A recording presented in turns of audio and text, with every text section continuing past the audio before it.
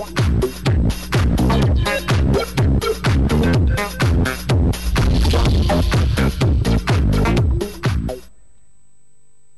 வரலாற்று முக்கியத்துவம் வாய்ந்த இடங்களில் ஒன்று இந்த சிறிய நகரம். காலம் காலமாக சோழ மன்னர்களால் ஆளப்பட்டு பின்னர் அந்நியர் ஆட்சியின் கீழ் நிர்வகிக்கப்பட்டு இன்றளவும் அந்த நினைவுகளோடு காட்சி தருகிறது இந்த அழகிய கடற்கரை நகரம். நாகப்பட்டினம் மாவட்டத்தின் கடற்கரையோரத்தில் அமைந்துள்ள சிறிய நகரம் தரங்கம்பாடி. என்றாலும் இந்தியாவின் எந்த ஒரு பகுதியை காட்டிலும் இங்கு வருவதற்கே டென்மார்க் நாட்டைச் சேர்ந்த சுற்றுலா பயணிகள் அதிகம் விரும்புகிறார்கள்.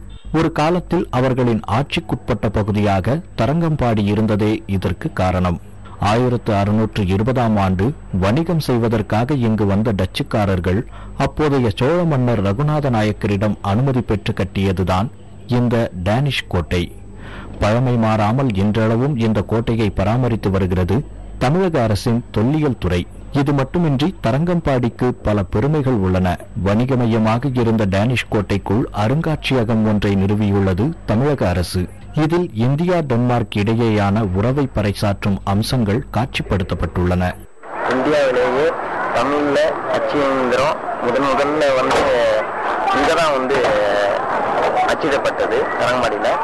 இன்னொன்று இந்தியாவிலேயே இரண்டாவது மிகப்பெரிய சர்ச் பாத்தீங்கன்னா இங்கதான் கட்டப்பட்டிருக்கு. இந்த கோட்டைக்கு அருகிலேயே டச்சுக்காரர்களின் ஆட்சிக்கால ஆளுநர் மாளிகையும் உள்ளது. தரங்கம்பாடியின் மற்றொரு சிறப்பு ஓசோன் வாயு. உலகிலேயே ஓசோன் வாயு அதிகம் நிறைந்த பகுதிகளில் ஒன்றாக அறிவிக்கப்பட்டுள்ள இடம் தரங்கம்பாடி. மனிதர்களின் ஆரோக்கியத்திற்கு வழிவகுக்கும் இந்த ஓசோன் காற்றை சுவாசிப்பதற்கென்றே ஏராளமான சுற்றுலா பயணிகள் இங்கு வந்து செல்கின்றனர்.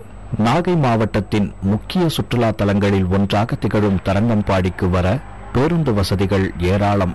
சுற்றுலா பயணிகள் தங்குவதற்கென்று தமிழக அரசுக்கு சொந்தமான ஹோட்டல் தமிழ்நாடும் இங்கு உள்ளது. இது மட்டுமின்றி தனியார் லாட்ஜுகளும் இங்கு உள்ளன. சுற்றுலாவோடு வரலாற்று சூழல்களையும் அறிந்து கொள்ள ஏற்ற இடம் தரங்கம்பாடி. புதிய தலைமுறைக்காக செய்தியாளர் மோகனுடன் பாலமோகன்தாஸ் மற்றும் விக்ரம் ரவிசங்கர்.